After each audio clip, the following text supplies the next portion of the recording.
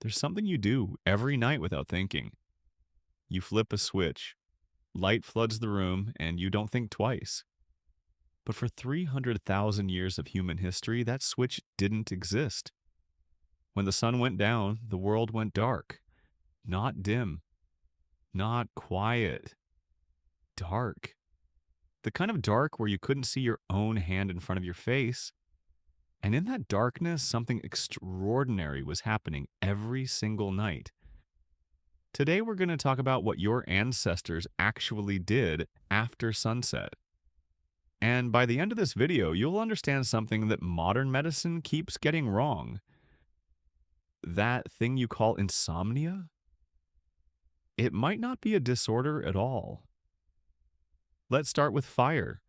The earliest solid evidence of humans controlling fire comes from Wonderwork Cave in South Africa, roughly 1 million years ago. Ash, burned bones, charred plant remains inside a rock shelter. Someone kept a flame alive underground for the first time in history. But fire wasn't just about warmth or cooking. Fire was time. Before it, when darkness fell, there was nothing to do. You stayed still, you stayed quiet, you waited for dawn. Because moving at night was dangerous in a way we can barely imagine today. Leopards, hyenas, wolves, they all see perfectly in the dark. You don't. Fire changed that equation overnight. It created a circle of safety roughly 30 feet in diameter. Inside that circle, warmth, light, protection. Outside, the dark and everything in it. And inside that circle, for the first time in history, humans had something no creature had ever had before. Extra hours. 2, 3, sometimes 4 additional hours every night. Multiplied across thousands of generations, those hours changed us as a species. In 2014, anthropologist Polly Wiesner published a study that nobody saw coming. She'd spent years recording conversations among the Ju-Huansi of the Kalahari Desert, one of the last groups on Earth still living close to the original human lifestyle. And what she found was remarkable. During the day, about 80% of all conversations were practical. Who's hunting where? Which plants are ready? How to divide resources. Daytime was for logistics. But at night, around the fire, the entire character of conversation changed. 81% of nighttime talk was stories. Myths about how the world began. Tales of people in distant places. Jokes that made the whole camp laugh. Legends passed down from people long dead. Wiesner argued that the campfire was where human culture was born.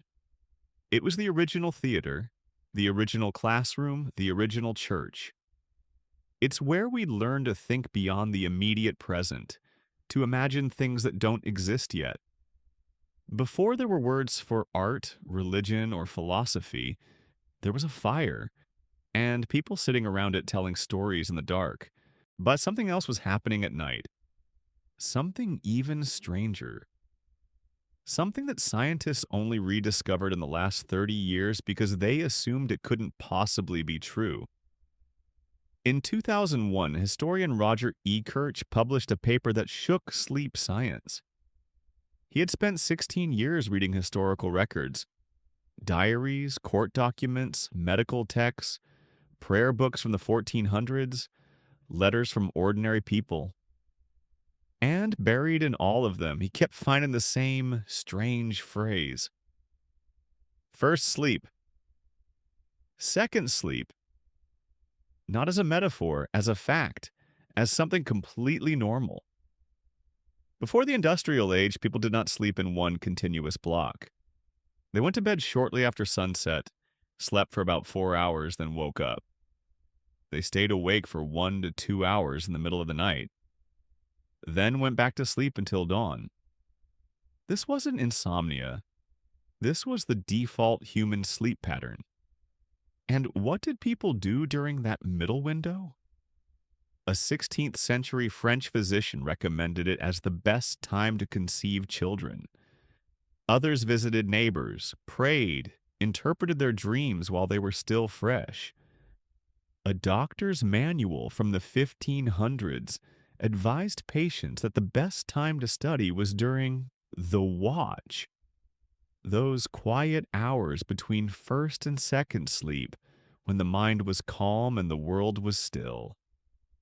Most commonly, people simply lay in the dark and thought. Now, here's where it gets scientific.